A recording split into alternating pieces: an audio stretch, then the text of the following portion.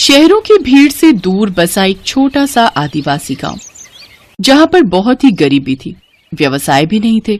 लोग अपने परिवारों के पालन पोषण और भोजन की व्यवस्था के लिए गांव से बहुत दूर शहरों में जाकर मजदूरी करते थे और शाम को घर लौटते थे।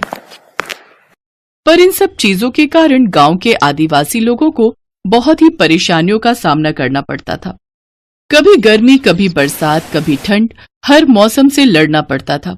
पर गांव वालों की मजबूरी थी, क्योंकि गांव में बिजली पानी की व्यवस्था बहुत कम थी और गांव में व्यवसाय भी नहीं थे। जिनके पास थोड़ी बहुत जमीन थी, वो अपनी जमीन पर खेती करके थोड़े बहुत पैसे कमा लेते थे।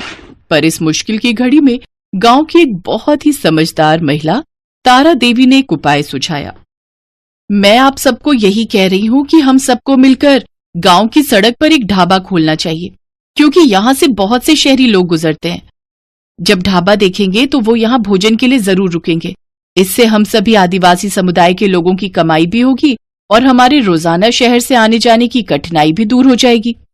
तारा ठीक कह रही है। हम सब गांव की औरतें अपने आदिवासी पारंपरिक व्यंजन बनाकर जब शहर के लोगों को खिलाएंगे तो इतना तो हमें पता है कि शहर के लोगों को हमारे आदिवासी व्यंजन बहुत पसंद आएंगे।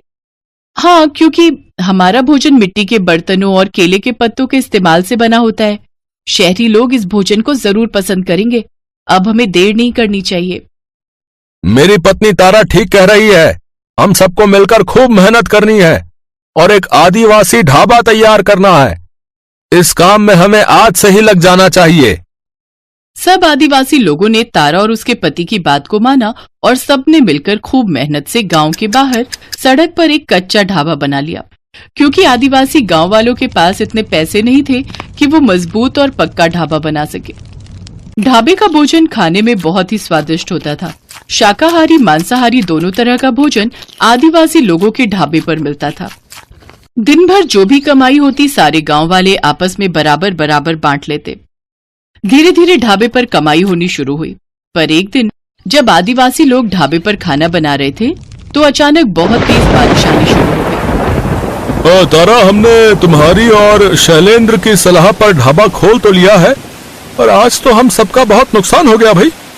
देखो तो बारिश रुकने का नाम ही नहीं ले रही है। ढाबे पर जो भी खाना बना हुआ है सब पतीलों में पानी भर रहा है। अब रुकने का कोई फायदा नहीं है। हम सबको घर चलना चाहिए और कल से वहीं शहर जाकर मजदूरी का काम शुरू करना चाहिए। यहाँ इस कच्चे ढाबे पर मेहनत करके हम अपना समय और पैसा खराब नहीं कर सकते। सब गांव वाले वापस अपने घरों को चले गए, क्योंकि ढाबे में पूरी तरह से पानी भर चुका था। ढाबा बारिश के पानी में डूब चुका था। हमने क्या सोचा था और क्या हो गया। इस बारिश और तूफान ने तो सब कुछ खराब कर दिया। तारा, चलो घर चलते हैं। ऐसे बारिश में कब तक भीगती रहोगी, बीमार पड़ जाओगी। शैलेंद्र, मैंने अपने आदिवासी लोगों की भलाई के लिए बहुत कुछ सोचा था, पर आज सब कुछ खत्म हो गया। अभी तारा और उसका पति शैलेंद्र बात कर ही रहे थे कि अचानक एक गाड़ी तेज रफ्तार से आकर एक पेड़ से टकरा जाती है और उसमें बैठा एक बड़ी उम्र का आदमी और ड्राइवर जख्मी होकर बेहोश हो जाते हैं। सुनो, वो देखो, सामने कार का एक्सीडेंट हुआ है। हमें चलकर देखना चाहिए।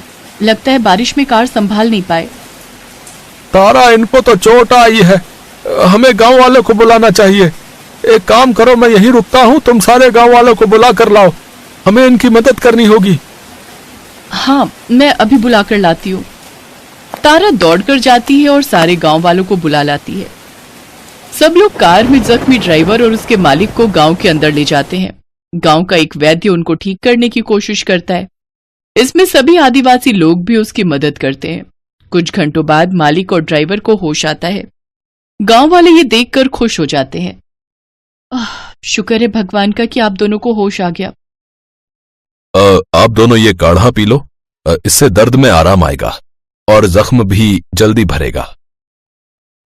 आप सबका बहुत बहुत धन्यवाद। बारिश बहुत तेज थी, ड्राइवर को पता ही नहीं चला। सेठ जी, पता नहीं कार कैसे फिसलती चली गई और अचानक से सब कुछ हुआ कि मुझे संभलने का मौका ही नहीं मिला। मेरी पत्नी यशोदा ने मना किया था, पर मैंने उसकी बात नहीं मानी और दूसरे शहर के लिए निकल पड़ा। कब एक्सीडेंट हुआ कुछ नहीं पता चला।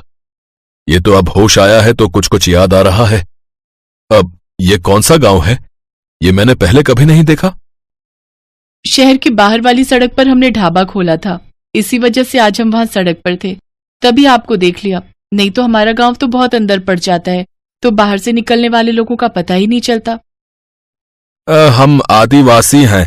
यह हमारा आदिवासी गांव है, शहर से बहुत दूर पड़ता है, इस वजह से शायद आपकी कभी नजर नहीं गई होगी। ढाबा? अब कौन सा ढाबा साहब, ढाबा तो बारिश और तूफान में डूब चुका है। सेठ को सारी बात पता चलती है। सेठ ने देखा कि ढाबा सचमुच पूरी तरह से डूब चुका था। उस सेठ का नाम मनोहर लाल था। मनोहर लाल ने मन ही मन विचार किया कि जब आदिवासी लोग उसके लिए इतना कर सकते हैं, उसकी जान बचा सकते हैं, तो उसको भी उनके लिए कुछ न कुछ करना चाहिए। सेठ मनोहर लाल ने आदिवासी लोगों की मदद की और अपना पैसा लगाकर उन्हें एक पक्का मजबूत ढाबा बनवा कर दिया। अब पक्का ढाबा बन जाने की वजह से वहां पर बिक्री और बढ़ गई। अब मौसम का भी कोई प्रभाव उस ढाबे पर नहीं पड़ता था। आपका बहुत बहुत शुक्रिया मनोहर लाल जी। आज आपकी मेहरबानी की वजह से हम आदिवासी लोगों का ढाबा फिर से चलने लगा। बहन, तुम सबने भी तो मेरे लिए कितना किया है, मेरी जान बचाई, वरना आजकल कौन किसकी मदद करता है। तुम सबने जब मेरे लिए इतना किया तो मेरा भी तो फर्ज बनता है कि मैं तुम सबके काम आ सकूं। तुम सब गांव वालों को कभी भी कोई भी परेशानी हो तो बेझिझक मुझसे कहना, मैं हमेशा तुम सबकी मदद के लिए तैयार रहूंगा। सेठ मनोहर लाल की मदद से सभी आदिवासी गांव वाले बहुत खुश थे। धीरे धीरे उस आदिवासी गांव ने भी तरक्की करनी शुरू कर दी।